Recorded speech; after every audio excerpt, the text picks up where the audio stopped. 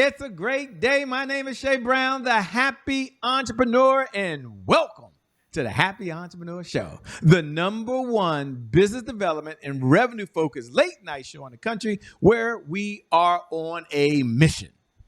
And our mission really is to empower, our mission is to inspire, and our mission is to provide you, the entrepreneur, with everything you need, like all the resources to execute the big vision you have for the people you were called to serve. And on this episode, we have the one and only Echo Royal, who's in the building now. What's going on, Echo? How are you? I am great, Shay. Thanks for having me. I'm excited to be here with you today. Well, thanks for being here, by the way. I'm excited. Listen, let me ask a question. They're reading your bio below, okay? So they're gonna see how famous you are. They're Googling you now. They see the topic there regarding health. I'm curious, what holds people back in today's time? It's not like we live in an ancient world somewhere. In today's time, what's 1, 2, 3, maybe 4 or 5 reasons why folks just don't focus on their health? There are so many reasons, but some of my top ones are sometimes we think of lack of knowledge, but I think there's too much information out there. There is confusion, and there's a lack of consistency. There's a lack of discipline. You know, people are always like, how do I get motivated? Well, you need discipline, not motivation. So I think there's so many things coming at people. They don't know where to start. They don't know the one thing they can do today to get started on their health journey or to keep them on their health journey. You know, I can hear someone saying, no, Shay, I know where to start. I know what to do. So, but I'm busy, Shay. Shay, I'm busy. I have a family, got a husband. I have a wife. No, Shay, I work a full-time job and I'm a full-time entrepreneur. No. Shay, I've got so much going on. I'm even going back to school now. It's a lot happening. I just don't have time. Now, I'm not saying that's an excuse, but I would like for you to talk to that individual now that's the busy person. They're taking care of everyone else right now. They're super focused.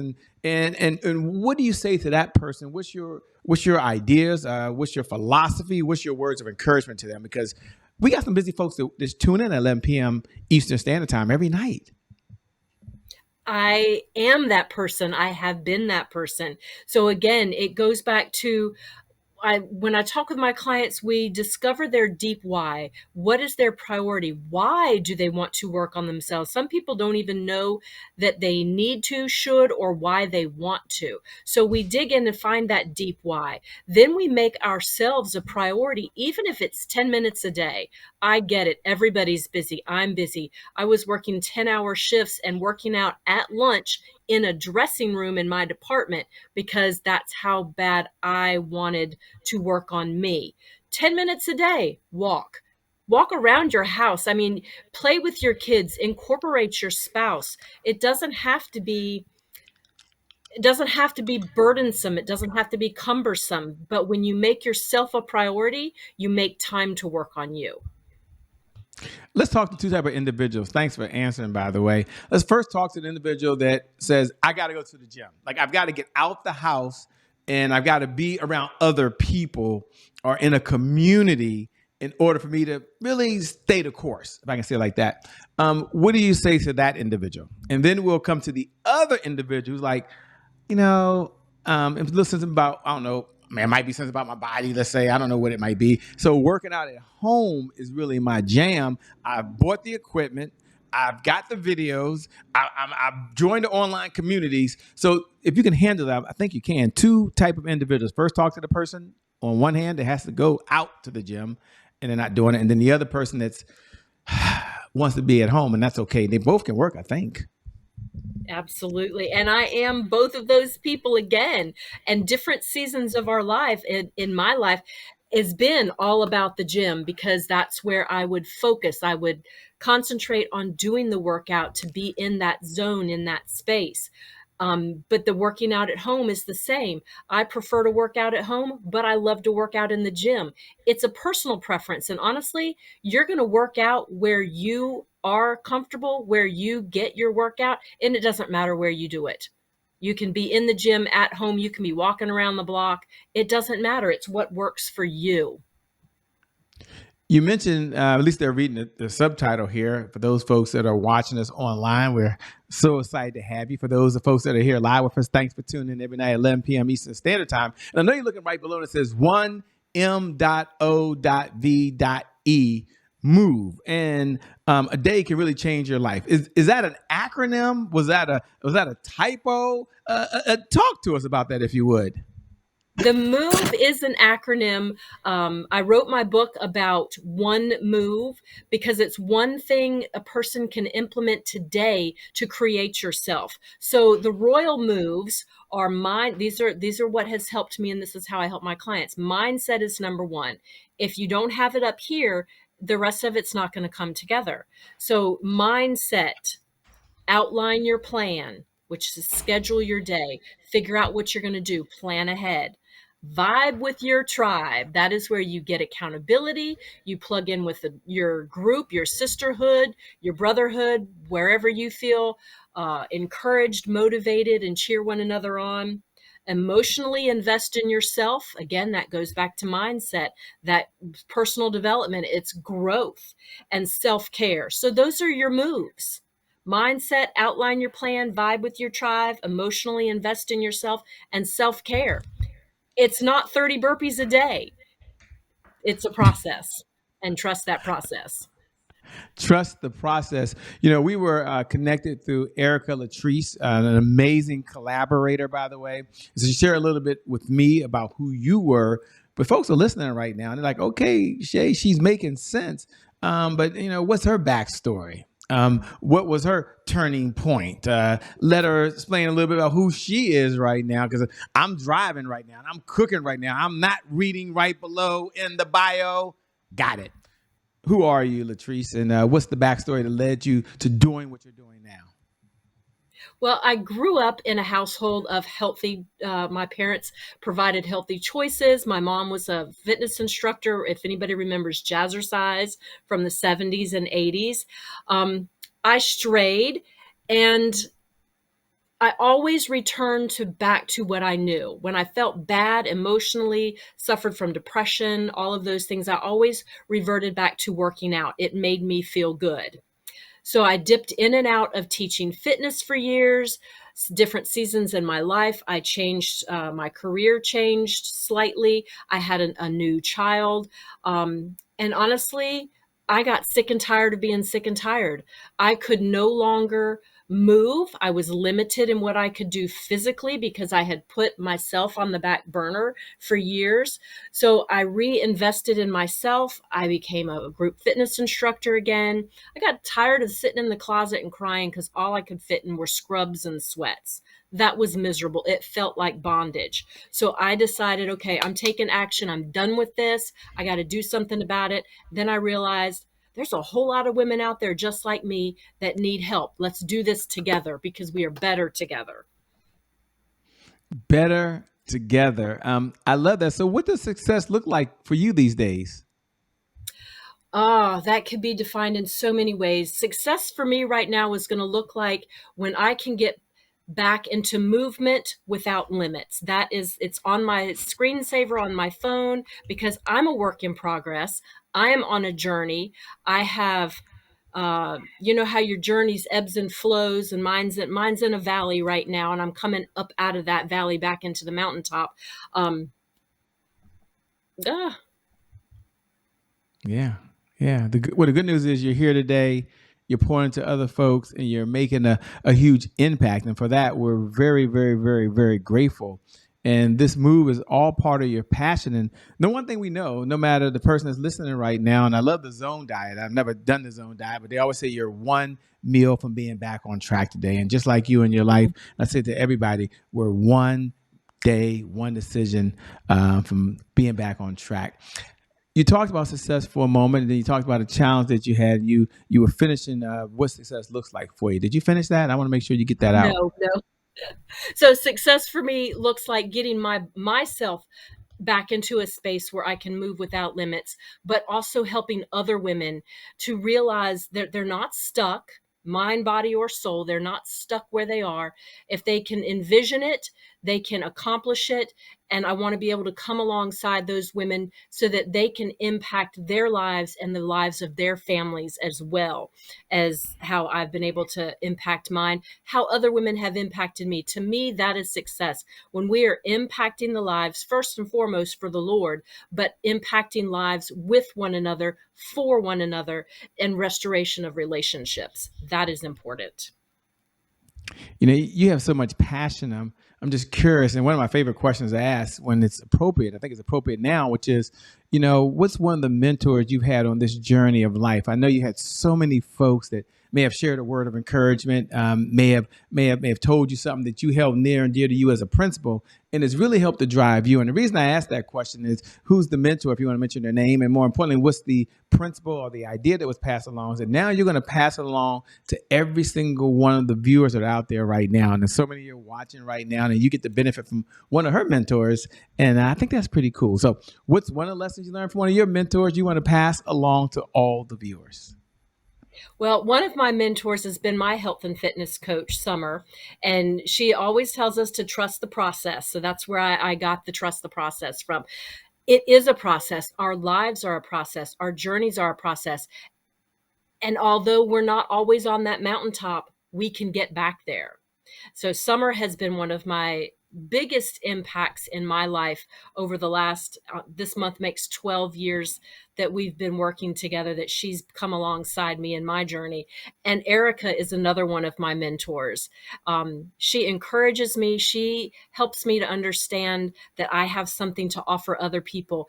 And that is the sisterhood that for females, we need that. We need to have our mentors, our sisters cheering us on, believing in us and lifting us up, and to be able to go out and make that impact on the lives of others the way they've impacted our lives. Thanks for sharing. How does nutrition play a factor into this? You know, you're talking about working out, talking about you've got to work out, you've got to drink the water, you've got to do the things that are necessary, which I agree with you 100%. I mean, without your health, well, your health is your wealth. I think it's the saying. I know it's been said so many times, it's overused, but it's so true. Without your health, nothing else matters. Can you take a moment and just dive into a little bit about the importance of nutrition and how that impacts? And I want you to listen, for those folks that are listening, you know, you don't have to listen for a whole new idea like you never heard it before. Listen with the ears of, how am I applying this in my life? And then how can I take what I'm doing, take what she's saying, and then take it to another level? And that's the one thing about all successful people. They always hold the belief they can always get better. That's the one common belief between all of them, you included, that they can always get better. So nutrition, talk about the importance. Yes. Nutrition can be so overwhelming for so many people. There's fad diets out there, there's misrepresentation, there's misinformation. So the biggest thing about nutrition is I encourage each and every person to dig into and research it for themselves. I am about quality of food. So I work really hard on not putting in my body the things that will hurt me, the processed foods, I'm very adamant about ingredients, what I eat, what I take in. With that being said, food has always been my biggest struggle. I have an addictive behavior. I've overcome some addictions in the past. Food is one of the hardest ones to overcome for me because you can't live without eating. So that's, for me, that's my ongoing journey. But the nutrition part is just as important, if not more important to me and how I help my clients, than the fitness, because we can move our bodies.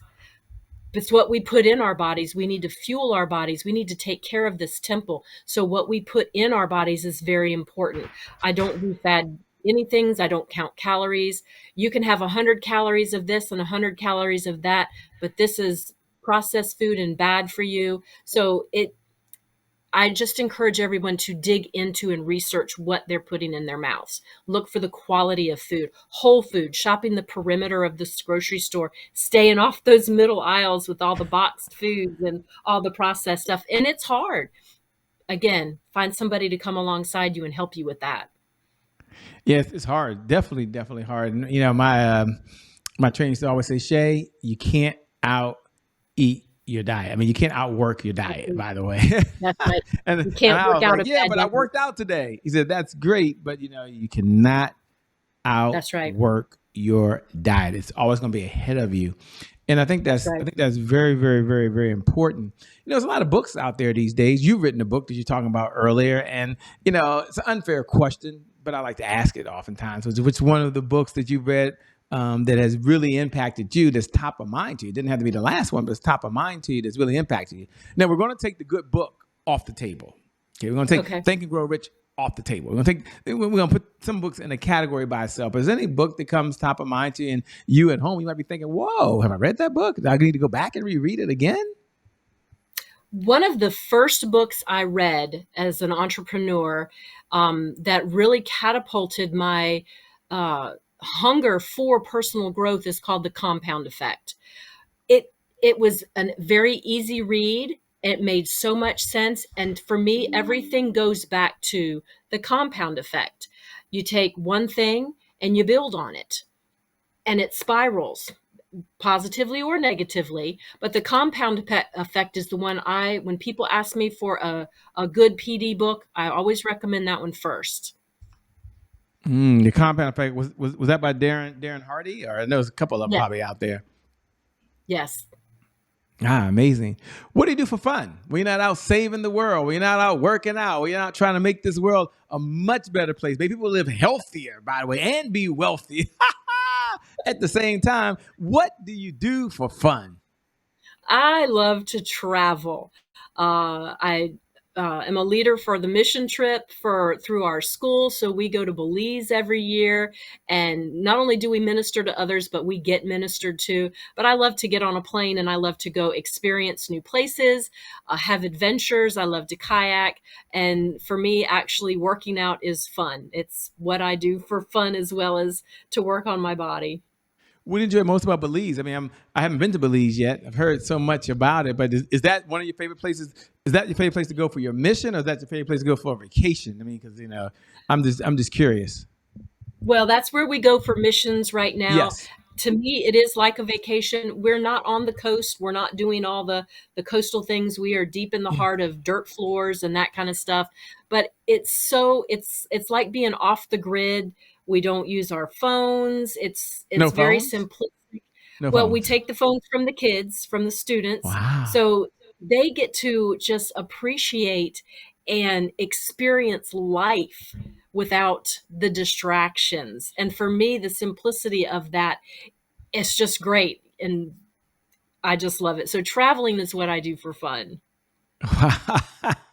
a lot of fun. Is there one place on your list? I know it's had nothing to do with health. We'll come back to that. But is there one on your bucket list? Like, okay, Shay, when the time is right and the stars and moon line up, I want to be here. Is there one place on the map? Well, we'd like to go to Europe and do a couple of months just traveling through. My youngest daughter and I, she loves to travel as well, to again experience the different cultures and to me that's an adventure, and I love to have adventures. So Europe is our that's our big trip that we're going to take one day. Wow. How do you expand your comfort zone? I mean, because one of the things I'm hearing, a lot of things you're doing, it sounds uncomfortable to me. And maybe when you did it the first time, it might have been uncomfortable. And for some folks, maybe starting to work back out is uncomfortable. Or for some folks that are getting on track and off track again. So here's the question. How do you continuously do things that are uncomfortable, but they seem to be within your grasp? Like you're like, I can still do it, but it's a little uncomfortable. Me, traveling, I love to travel, but sometimes I'm with my wife, and even we're in places we don't speak the language and so forth. It's like, it's like, whoa, this is a little interesting. My wife decides to go out and learn Spanish. Then she wants to go out and learn French. She's doing these apps, learning stuff. And I'm like, I know this sounds so American, but I'm like, Anyway, but my question is, how do you, not about me, how do you expand your comfort zone and do things that are uncomfortable? I just started doing them because I'm very kind of, I'm a homebody, which is kind of weird because I love to travel. But I just realized one day that I'm in control of my yes or my no. If I decide to walk out of the house and go somewhere and do something versus stay in the house, that's on me. How am I going to feel after I make that decision if I didn't make that decision because it was uncomfortable. I'm holding myself back. I've been in bondage most of my life in one way, shape, or form, and it was a horrible feeling. And I don't want to be in bondage anymore. So I just have to do things regardless of the fact that they're uncomfortable. Sometimes I just have other people go with me so that if it's uncomfortable, I have a buddy, and that makes it slightly more comfortable. So I enlist the help of my support team, my sisterhood, those that are closest to me, and then we go do those uncomfortable things together, and it makes it not so uncomfortable. That lends to the question of, what do you look for when you're looking to collaborate and work with other folks? There's a saying that I love, which I say all the time, which is success is a team sport, right?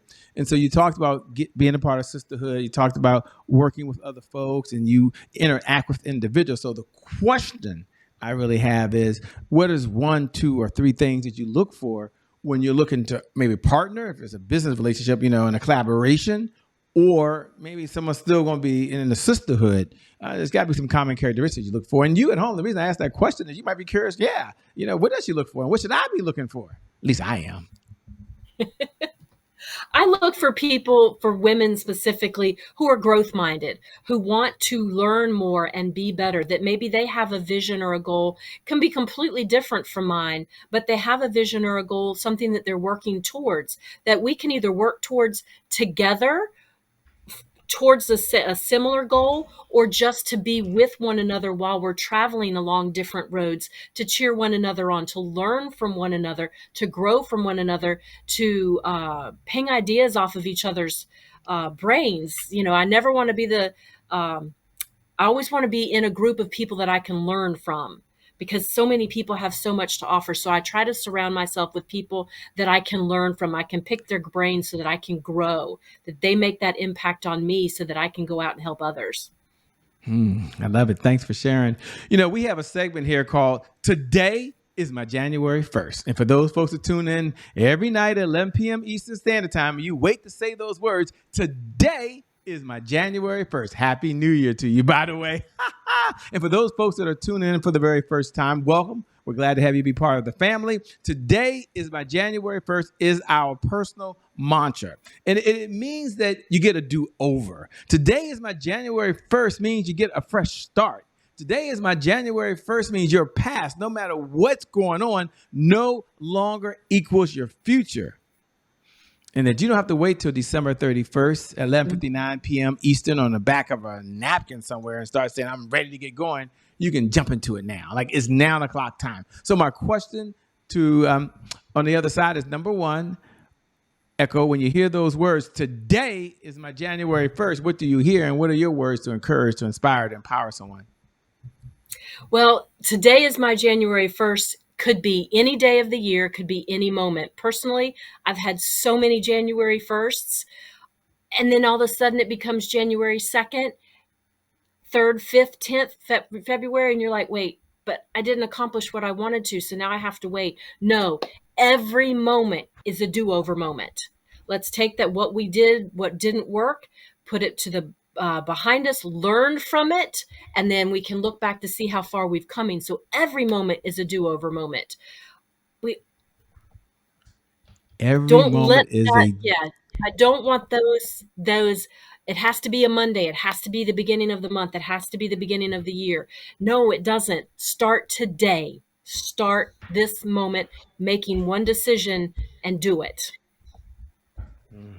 I love it. One decision and just do it. I said so well. Today is your January 1st. With that being said, there are folks that are watching and they're curious, okay, what type of clients does Echo Royal work with these days? If you work with any clients. So what type of clients do you work with? And number two, how can folks best connect with you? I work with women who want to work on themselves and they may not know where to start. They're stuck in a rut. They're tied up in bondage in some mindset that they're struggling in and they can't figure out how to get out of it. They know they want to change, but they don't know what that looks like, because change is hard, because they work a full-time job. They have kids at home. They have a spouse. They don't have the time. I'm here to help them understand they do have the time. It's that mindset. What you want to change, we work together in that mindset to implement one thing they can do today to create themselves. And what was question number 2? Question number 2 is, how can folks best connect with you? Yes, I'm across all social media platforms at echoroyalfitness.com. You can reach out to me. My business partner and I are starting some new things, and it's not the first of the month. It's not the first of the week. It's going to be in the middle of the month, probably in July, to where we can help women better. So look me up. Connect with me, send me an email or a DM, and let's chit chat. Let's get started on your journey. I like that. So modern. Send me an EM or just DM me. Okay. I got you at that Echo Royal across all social media platforms. Let me say first, thank you so much for being on the Happy Entrepreneur Show. We appreciate you taking time to help us get our health together. So thank you so much. Thank you, Chi. I appreciate the opportunity. And thank you to viewers. Thank you for tuning in. Thank you for watching. Without you, well, there is no show. So I want you to know that you are awesome.